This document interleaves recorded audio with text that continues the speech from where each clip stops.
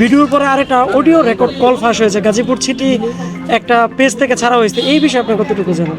হান্নান মোল্লা এবং টুটুল এবং আরও কয়েকজন আছে, এরা সম্মিলিতভাবে আগে একবার আমার একটা অডিও কলকে এডিট করে ভিডিও বানিয়ে ফেসবুকে ছেড়ে দেয়। তবে আমি আইনজীবীর সাথে আমি কথা বলছি এবং আমার অন্যান্য সহকর্মীরা আছে। আমি তখন আমার দুই সহকর্মীর সাথে রাস্তায় দাঁড়িয়ে কথা বলছি, হঠাৎ একজন মহিলা আসছে। আমি এই মহিলাকে আগে পরে কখনো দেখিও নাই, চিনিও নাই। এই মহিলার সাথে আমার কোনো রকম যোগাযোগ হয় নাই। এসে বলতেছে আমার সাথে কথা বলবো। আমি বললাম আমার সাথে কি বিষয়? পরে বলে একটা মামলার বিষয়। আমি বললাম যে আমি আপনারা চিনি না, আমি কথা বলতে পারবো না। আমি অ্যাভয়েড করার চেষ্টা করলাম। তো মহিলা দেখলাম একটু আক্রমণাত্মক আচরণ করলো। আমি সরে যাওয়ার চেষ্টা করছি, আমি আমার অফিসে ফেরার চেষ্টা করতেছি। মহিলা পিছন থেকে আমাকে ধাওয়া করে এবং হামলা করে। ঠিক ওই মুহূর্তে মহিলা বলল যে আপনারা কে কোথায় আছেন আসেন। তখন আমার পূর্ব শত্রুতা আছে, যাদের বিরুদ্ধে আমি মানহানির মামলা করছি, থানায় জিডি করছি, এমন কথিত 2-3 জন সাংবাদিক দৌড়াই আসছে, এসে ঘটনার ভিডিও করতে শুরু করে। তখন আমার সন্দেহ হয়েছে যে এটা একটা আমাকে ফাঁসানোর চেষ্টা করা হইতেছে, একটা ট্র্যাপ করা হয়েছে।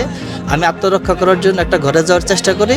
তখন তারা উদ্দেশ্যমূলকভাবে ভিডিও করে এবং ভিডিওগুলি সামাজিক যোগাযোগ মাধ্যমে ছড়িয়ে দেয়। কিছু লোকের পূর্ব বিরোধ থাকার কারণে, এর মধ্যে একজন আছে হান্নান মোল্লা, তার বিরুদ্ধে আমি গাজীপুর আদালতে 2 কোটি টাকার একটা মানহানি মামলা করেছি।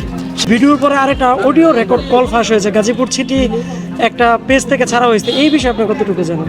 ইতিপূর্বে এই গ্রুপটাই, এই যে হান্নান মোল্লা এবং টুটুল এবং আরও কয়েকজন আছে, এরা সম্মিলিতভাবে আগে একবার আমার একটা অডিও কলকে এডিট করে ভিডিও বানিয়ে ফেসবুকে ছেড়ে দেয়। প্রমাণ করে আমি একটা নিরাপদ কক্ষে যাই এবং পুলিশের একজন ঊর্ধ্বতন কর্মকর্তাকে আমি নিচে ফোন করে সহযোগিতা চাই।